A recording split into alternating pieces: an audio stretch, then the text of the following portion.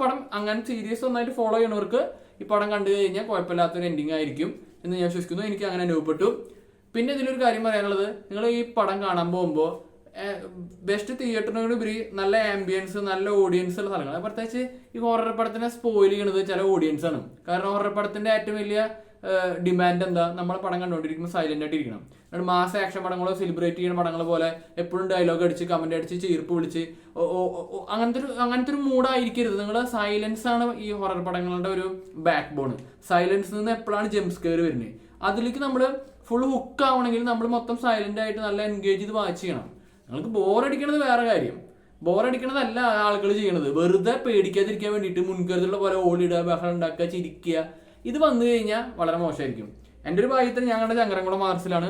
അവിടെ ഓഡിയൻസ് ഒരു 95% സപ്പോർട്ടീവ് ആയിരുന്നു. അവർ തിയേറ്ററിലേക്ക് കൊടുക്കേണ്ട അറ്റൻഷൻ കൊടുത്തോണ്ട് തന്നെയാണ് ഹൊറർ പടത്തിനെ വാച്ച് ചെയ്തത്. അപ്പോൾ നമുക്ക് അത്യാവശ്യം നല്ലൊരു എക്സ്പീരിയൻസ് കിട്ടും. ഇല്ലെങ്കിൽ നിങ്ങൾക്കത് പൂർണ്ണമായിട്ട് കിട്ടില്ല, ആ എക്സ്പീരിയൻസ് കിട്ടില്ല. അപ്പോൾ ഓഡിയൻസ്, നിങ്ങളാവുന്ന ഓഡിയൻസ് ഹൊറർ പടം തിയേറ്ററിലേക്ക് പോവുകയാണെങ്കിൽ ചെയ്യേണ്ട ഒരു മെയിൻ കാര്യം എന്ന് പറയുന്നത്, ഒരിക്കലും ബഹളം ഉണ്ടാക്കിയോ വെറുതെ കമന്റ് അടിച്ച് വെറുതെ ഇങ്ങനെ ഇരിക്കരുത്. കാരണം ജംപ് സ്കെയറോ വാട്ട് എവർ ഇറ്റ് ഈസ് നിങ്ങൾക്ക് അതിന്റെ ഒരു അളവിൽ കിട്ടണമെങ്കിൽ സൈലന്റ് ആയിട്ട് ഇരുന്ന് നല്ലോണം വാച്ച് ചെയ്യാം. ഹൊറർ പടത്തിന്റെ കേസിലാണ് പറയുന്നത്.